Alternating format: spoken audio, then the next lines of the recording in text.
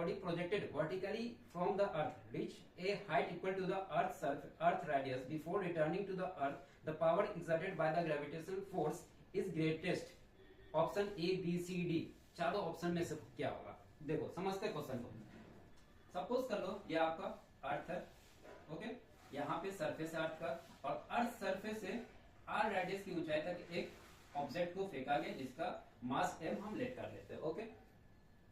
अब क्या है, ये हाइट क्या दिया हुआ, आर दिया हुआ है। फिर कह रहा है the power exerted by the gravitational force, gravitational force के थ्रू जो इस पे पावर लगेगा वो मैक्सिमम कहां कब होगा, ठीक। अच्छे, इस पे एक फोर्स ऑफ ग्रेविटी लगेगा नीचे की तरफ mg, ठीक। इसी mg के थ्रू पावर मैक्सिमम कब होगा ये फाइंड करना है।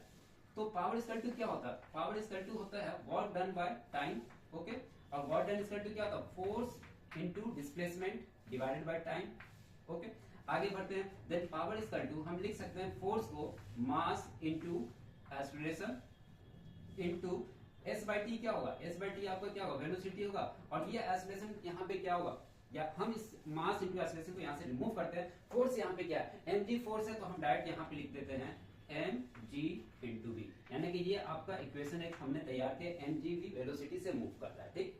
अब ध्यान देना, ऑप्शन नंबर ए में क्या करा, eight highest position of body, यहाँ पे हाईएस्ट पोजीशन यहाँ पे होगा तो उस वक्त इसका पावर क्या मैक्सिमम होगा, चेक करते हैं, अभी चेक करते हैं। अच्छा, कोई भी ऑब्जेक्ट को आप ऊपर की ओर फेंको तो वो रिटर्न नीचे ही आता है, नीचे की ओर आता है। क्यों रिटर्न होता है, हाईएस्ट पॉइंट पहुंच जाता है, जब वहां से रिटर्न होता है तो उस वक्त उसका वेलोसिटी क्या होगा, जीरो होगा, तभी तो वो नीचे आएगा, अदरवाइज नीचे आने वाला नहीं आएगा। जब तक उसका वेलोसिटी जीरो ना हो तो क्या होगा, जब तक उसका वेलोसिटी जीरो ना हो तब तक वो नीचे नहीं आने वाला। तो हाईएस्ट पॉइंट पे पावर क्या होगा, पावर इसका क्या होगा, जीरो हो जाएगा, यानी कि ऑप्शन नंबर ए क्या होगा, sorry option number A incorrect, नहीं होने वाला ऑप्शन है। नेक्स्ट ऑप्शन क्या है, at the instant just before the body hits the ground, इस इंस्टेंट पे जब बॉडी हिट करे तो बोल रहा है कि पावर मैक्सिमम हो गया या नहीं होगा, चेक करते हैं अभी।